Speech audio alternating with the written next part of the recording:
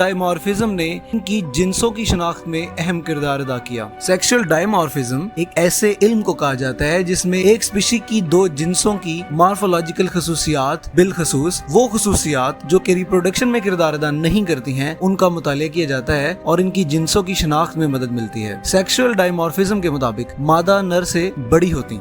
Mail golden torch की जिसामत 39 से 48 millimetre जबकि फीमेल्स की जिसामत 42 से 56 मिलीमीटर होती। मेल्स के आज़ा लंबे और नाक तीखी होती। ये ज्यादातर अपनी जिंदगी का हिस्सा नमदार जमीन के अंदर गुजार। गोल्डन टॉर्च की औसत उम्र तो नामालूम है मगर दूसरे एम्फीबियन स्पीशीज जो कि इसी टॉर्च की फैमिली यानी बुफोनाइडे में मौजूद हैं, उनकी औसत उम्र 10 से 12 साल मालूम की गई है। IUCN के मुताबिक बहुत सी मुमकिन वजूहात हो सकती हैं जिसकी वजह से ये जानदार नापैद हुए, जिनमें ग्लोबल वार्मिंग, हवाई आलूदगी, काइट्रीडायमाकोसिस जो कि इन्फेक्शियस डिजीज है और ये एम्फीबियंस में फैलता है जिसकी खास वजह एक खास किस्म की फंगस है।